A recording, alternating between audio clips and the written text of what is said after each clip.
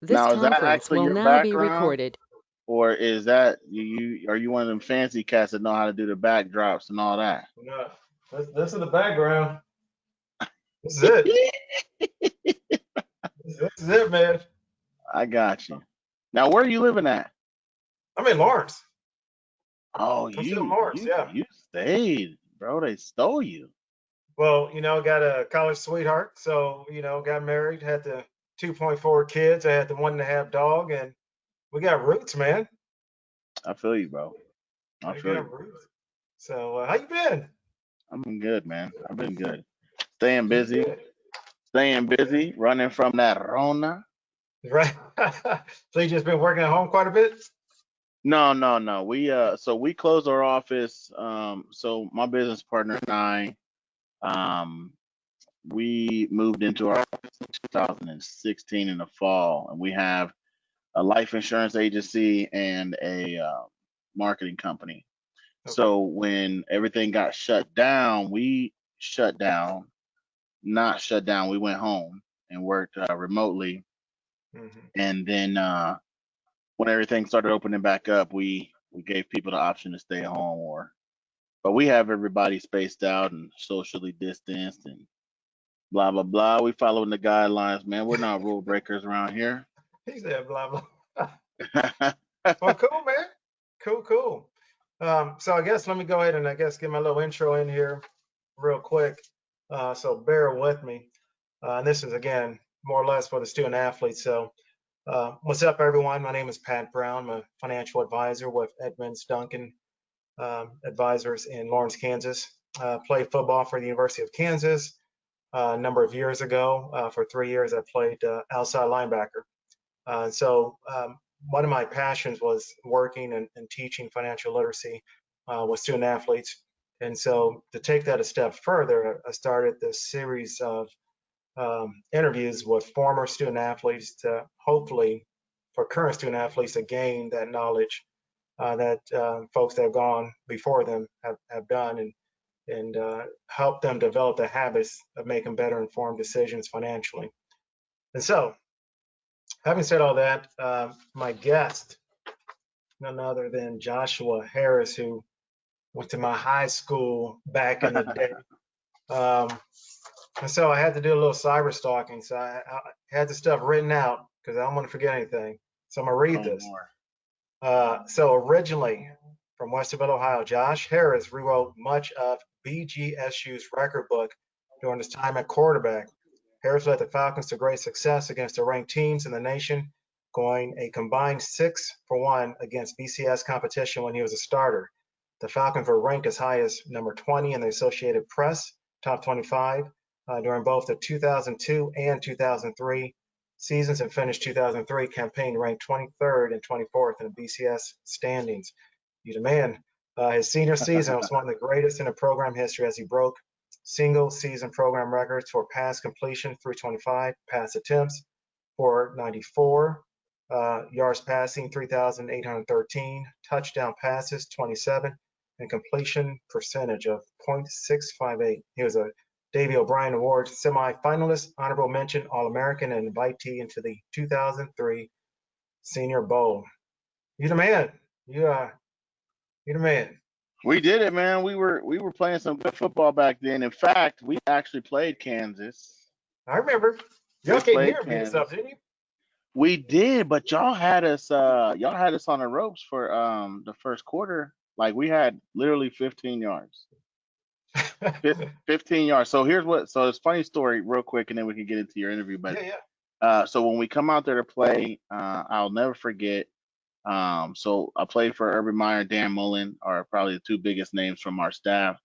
Mm-hmm. Um, so I go into Dan Mullen was my quarterback coach. I go into the meeting and he goes, all right, so this team is terrible. He said they are on defense. He said they're terrible. He said, but their front seven are legit.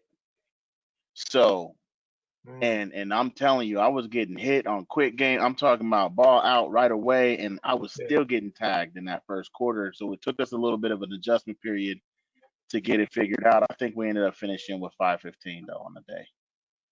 Yeah, boy, I got it going. Y'all had some adjustments. Yeah, we Yes, did have some adjustments, and then it all worked out. So we were playing good football at that time. cool, cool. So, one of the things I've been doing at the beginning of each of these interviews is just kind of basically giving the definition of financial literacy. So again, Okay. you'll kind of bear with me because in my mind, I think a lot of these student athletes have this connotation of financial literacy means that I'm dumb or stupid, and I'm trying to really relay that that's not the case. And so, financial literacy is the possession of a set of skills and knowledge that allows an individual to make informed and effective decisions with all their financial resources.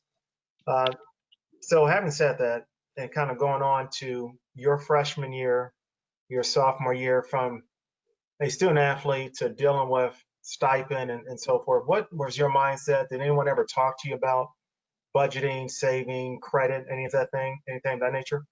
No, definitely no conversations of that nature. I mean, you gotta, so, you know, uh, I have both of my parents. Mm-hmm. I grew up with both of my parents, but uh, mom really kind of took the point on the financial side of things. And so you're talking about um, $20 a week for school, Yeah. for lunch money. Yeah. Um, Sometimes you get 20 more for the weekend if it was, trying to go to the movies or something.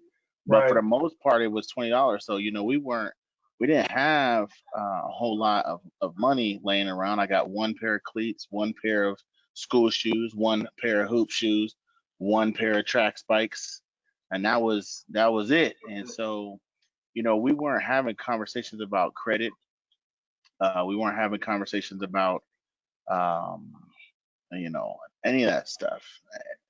None of that stuff. When I got to Bowling Green, now when I got to Bowling Green, I was there on full ride scholarship, Mm-hmm. but you know that doesn't have anything to do with your social life, right? That just Yeah. means here you are, right? And so my freshman year, I did qualify for some financial aid, some Mm. Pell, but I got $900 a semester, which, as you know, really is nothing compared Yeah. to what some of these cats get. So when you ask the question, what did I think about money?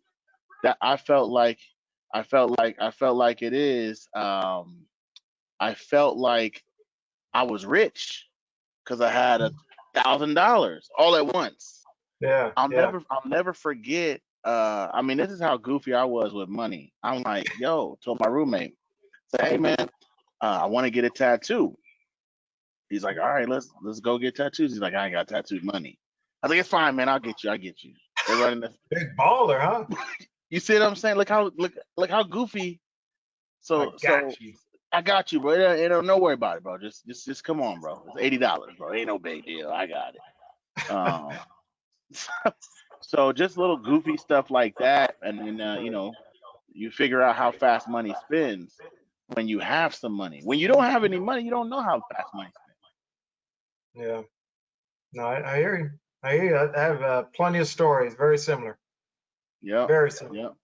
So that was my Um, freshman year. I mean, I didn't know, I didn't have any real concept of money for real. okay.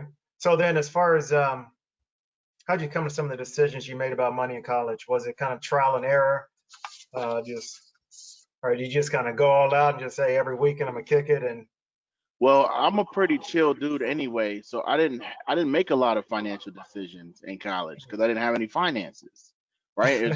There was no money, so there was no money decisions. And I mean, I probably went to the movies once.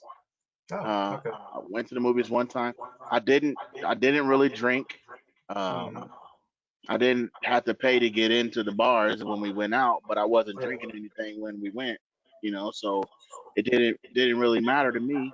Um, so I really didn't have any. The first financial decision I would say that I had to make outside of, I chose my roommate. We stayed together the whole time until I was married, which I married my wife in college while I was still in college. But in terms of the first financial decision that I had to make was a terrible one. Um, I've finished my senior year. Uh-huh. I know I'm going to the league. Hmm. I get my grade. They say second to fifth round. I haven't made $1. I'm still taking classes. He said, Um, I haven't made $1. I go mm-hmm. to the Escalade dealership in Bowling Green. Come on, Pat. Don't laugh, Pat. I go to the Escalade dealership.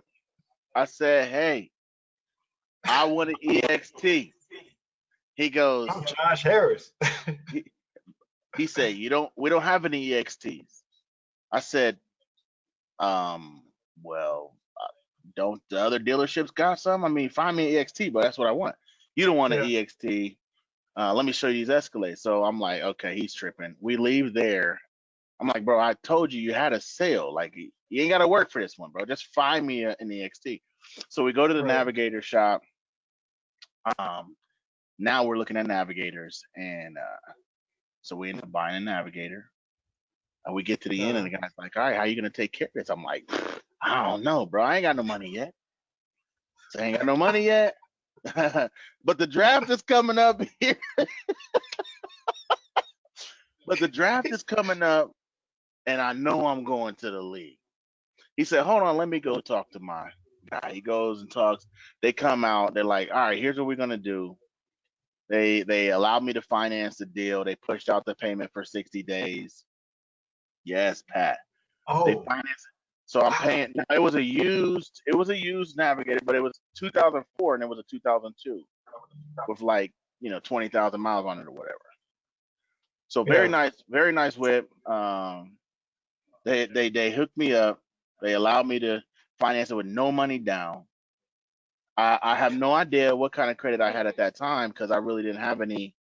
I wasn't buying stuff. So right, they might have just did it on some old we took care of Josh Harris type of stuff, because it was the yeah, local Bowling Green Lincoln, dealership, right, and I was paying $695. I went from having no car payment because a car that my mom bought me at an auction when I was a junior in high school uh-huh. for $3,000 or whatever to $695 a month. My Okay. first financial decision, baby. How'd I do?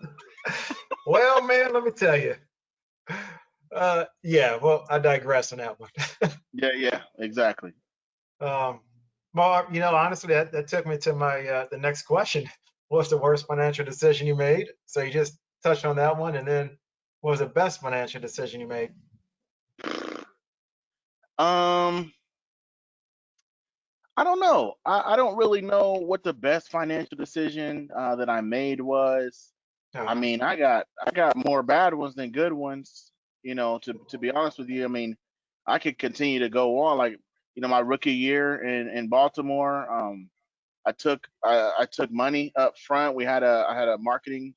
My agent had a relationship with a marketing guy at U.S. Bank. They just stroked the check, no big deal. I'm like, don't worry about it. I'll give it back to you. So I basically took my signing bonus up front, Okay. right?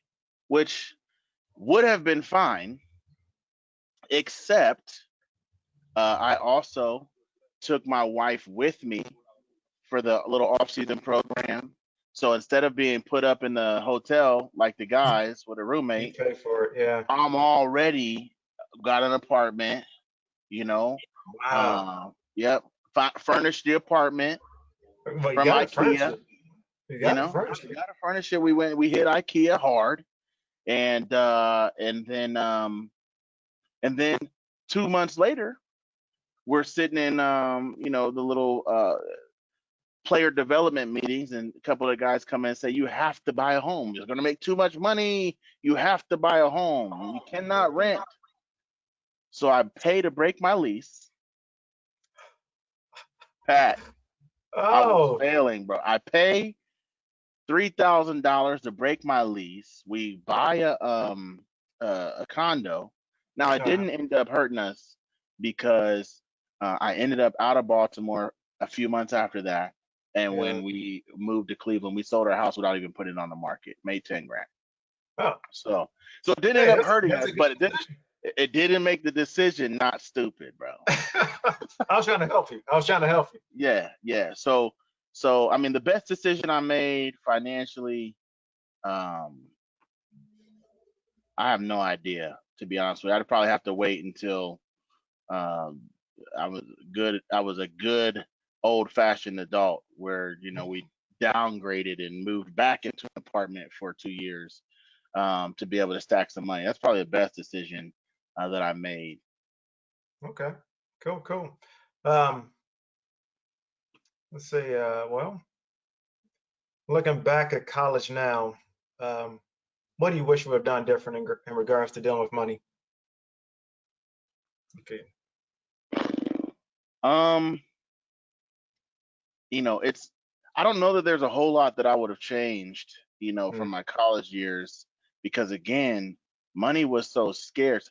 Not true. So after my freshman year, when I had my little $1,800 for the 2 semesters worth yeah. of Pell Grant, my mom got a raise. It was enough to where I didn't qualify anymore, but not Oh, enough to where she could actually send me money. right, So now right. I get nothing. I said, well, that ain't gonna work, mom, because I already ran out anyway. I ran Wow. out the last couple weeks, and I used my Pell besides to buy myself and my roommate a Tattoo. tattoo.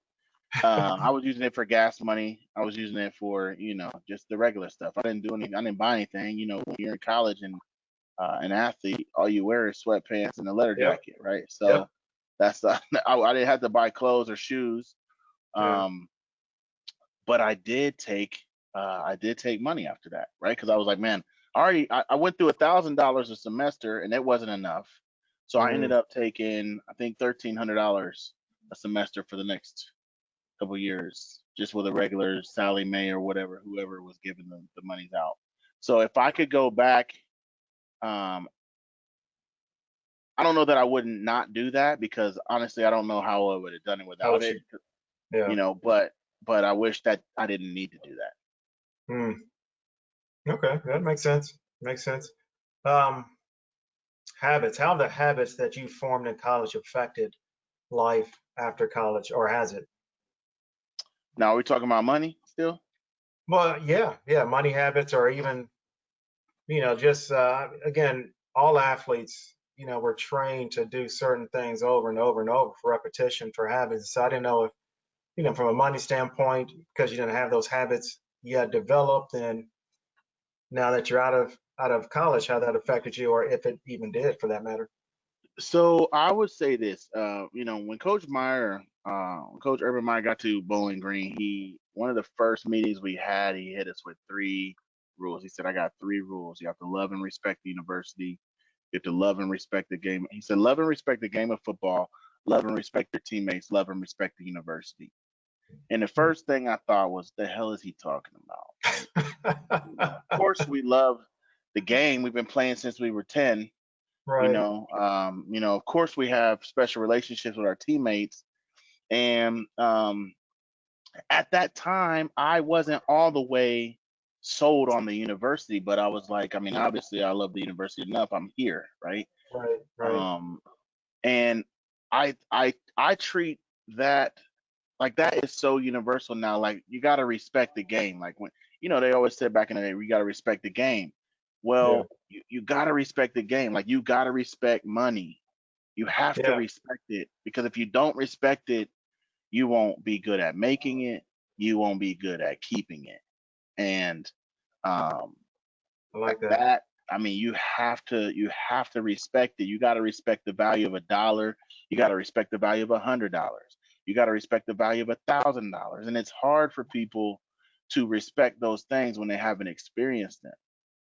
You Yeah. know, if you haven't gotten a check for $1,000 before, $1,000 cash, in your hand. I had a buddy of mine who I probably will put you in contact with. His name is Jimmy Bell. He played at Ohio State. How old are you, Pat? I'm 46.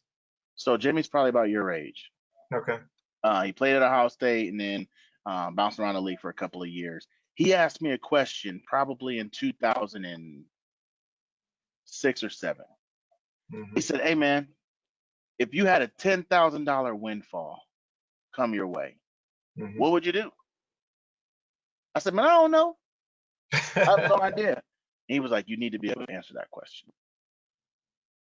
And it just hit me between the eyes, like, man, I really literally did not know I love what I that. would do. And so again, if you haven't experienced any of these things, you know, you won't know what to do with it. I got a $28,000 check once. Best decision I made. I gave my wife money to take care of her car note and the mortgage for the rest of the year. Right out of the account, I couldn't even see it. Put it over here. You're paying the bill from that account. Cool. Boom. So that was probably, but little things like that. If you haven't experienced these things, you're probably gonna mess it up the first time you do. Yeah. Once again, I definitely agree. Man, it's a great testament. Um, Getting towards the end here. So, what are some of the pitfalls that you would hope your story could prevent for a young student athlete who's watching this as they watch you, answer some of these questions? What would you say? I would say for a young student athlete, um, man, stay basic. Mm, When we're in college, we're pretty basic. Um, I would say, you know, the glitz and the glam, like that navigator that I was so hmm proud of. I mean, that first love for the vehicle wore off probably in 2 months. Now it was just a vehicle, it was just the vehicle that we were driving. Yeah. But as I'm driving up on a lot, I see, that's what right when them Chrysler 300s was looking like Bentleys. And people were rolling those Chrysler 300s, they were rolling the Range Rovers, and I'm looking at, I'm like, dang, Yeah. those things are sick. So stay basic, spend slow, you know, save money, um, put it away, Yeah. because the toys that you get, spend money on experiences, not things. Yep. Yep. It's something that I would hope that people would do, um, and make sure that you put money away so that you can do things when you want to do them. This is why you can't, like, even my kids right now, I have a 15-year-old and a 13-year-old. They get birthday money, Christmas money. They don't even get regular allowance because they don't do regular chores. So, you know, they spend their money on food, candy, in-game purchases. But Pat, we feed them every day. Why are you Hey, buying food and we feed you? you got food at the house. You have food at the house. What you My doing? son will pay Uber Eats to bring him some McDonald's to the school. Bro, this is the reason why I don't even stress myself about giving them regular allowance. Bro, you ain't about to do nothing with that money any good. I hear you. I got one of So those at home right now. I got one of those at exactly. home. So Dunkin' so Dunkin' Donuts is the poison. I keep telling them I go to that place and tell them, hey, don't let her come in here. So if she sees this video, she's gonna know I'm talking about her. I love you, Ryan. e- exactly. So, I would just tell people, man, put your money away, spend it slow. Make sure that you are buying experiences and not things. Yeah. Cool, cool. So here's some of the bonus questions then, because you have gone on to the next level. Um, how did you deal with making a significant amount? I think you probably touched on it when you mentioned about the 28,000. But when you start making, a little bit more change at that next level, going to the NFL, getting drafted, and so forth, what was that experience like from a financial standpoint? Or So, I'll give y'all a peek behind the curtain. It's not what you think in the mm-hmm, league. Um, your game checks are exactly that. They're by the game. mm-hmm, You do not get paid a salary. You do not get paid. You get paid by the game. So my experience was uh, I was on the regular roster the first week, mm-hmm, so I got a full game check. I was on the practice roster, which I can't remember what it was. Maybe it was, do 230 divided by 16 games. okay, So pre-tax, that would have been my game check, right? So right, I got that. The following week, I was on the practice roster. They waived me. put me on the practice roster. I was on the practice roster the next 12 weeks. My check before taxes was 43.50. So I went Perfect. from 13,000 whatever. Oh To, yeah, oh yeah. yeah. So I Wow. went from being a rookie in the NFL to being a teacher on the East Coast, like Wow. that, for the next Wow. 12 weeks. And then the last 3 weeks of the season, I got picked up off the practice roster with the Cleveland Browns, and I Hmm. got 3 more game checks. Boom, boom, boom. Right, and so that felt good. But we were scraping by, you know. So I probably just barely made six figures, maybe 120, 120, Yeah. 150, something like that. It was not nearly anything, maybe less than that. So it's probably closer to 100 or 115, something like that. And Hmm. so it's just that this is why I say spend slow, man. Like you don't know, you have no idea what the emergency is. Yeah. If you happen to be, uh, I will say it this way: if you happen to be a man who expects to have a family and you plan on playing the traditional role of being a provider or at least a contributor, you don't know what your other half is going to need. And if you're not a man, you happen to be a woman who is either a provider or a contributor to a household, like you don't know what those emergencies are going to be. Yeah. And if you have it to go to as opposed to swiping it on a credit card, you can keep yourself in a positive position. And so I would encourage people to spend slow. I made more money outside of football than I have in, and that was I always knew my that. that was always my goal. So the $28,000 check that I got was not a football check. Oh, okay. It was not a football check, and I tried to make sure that I set myself up, to be able to take a breath the rest of the year and not have to stay on the hamster wheel running so heavy. Right. Um, and so, That's cool. That's yeah. cool. So the very, very last thing, man, you just kind of tell again, student athletes what you've been doing, ever since. I know again you touched on, your business that you have, but kind of dive into that a little bit. Pump up your business, whatever you want, man. Cool. Well, I appreciate the opportunity to do that. I actually was introduced to the life insurance industry. Um, I got my license in 2012, which means I was probably introduced to the industry a couple years before that. Same Mhm. gentleman I told you that asked me that question, introduced me to the industry. He said, "You need to get your license, you'll kill it." I said, "Why do you say that?" He said, "Just because I know how you are." He said, "It'll change your life." I said, "Well, what do you mean by that?" He said, "Well, when you have your license, nobody can own you anymore. All you need is someone that will allow you to sell their product, and you're good." So I Yep. dragged my feet for a couple years, end up getting my license, and then ultimately, I come into life insurance 2012 part time while I'm still working my job, and then I jumped into it full time in 2014. Met my business partner. I already knew my business partner. He graduated from Westerville South. Good. Derek Richardson I know is about his that. I went name. to South people. Wow, now how'd that happen, man? What's supposed Well, one, I'm an import, so I didn't have the whole rivalry thing didn't mean that Oh, much to gotcha. me. Yeah. I just got there, and so that we didn't have the whole rule the Ville thing Okay. from middle school. So I was from Yeah. Whitehall, bro. I was like next Uh, game. yeah. Now if we'd We have got, played Reynoldsburg or Gehanna or something like that, I probably would have felt some sort of way. But yeah, yeah. um, so we linked up, and we have our insurance agency, we have our marketing company, we sell in the field and over the phone. Um, we both share a passion for um, communicating and teaching others, right? Mhm.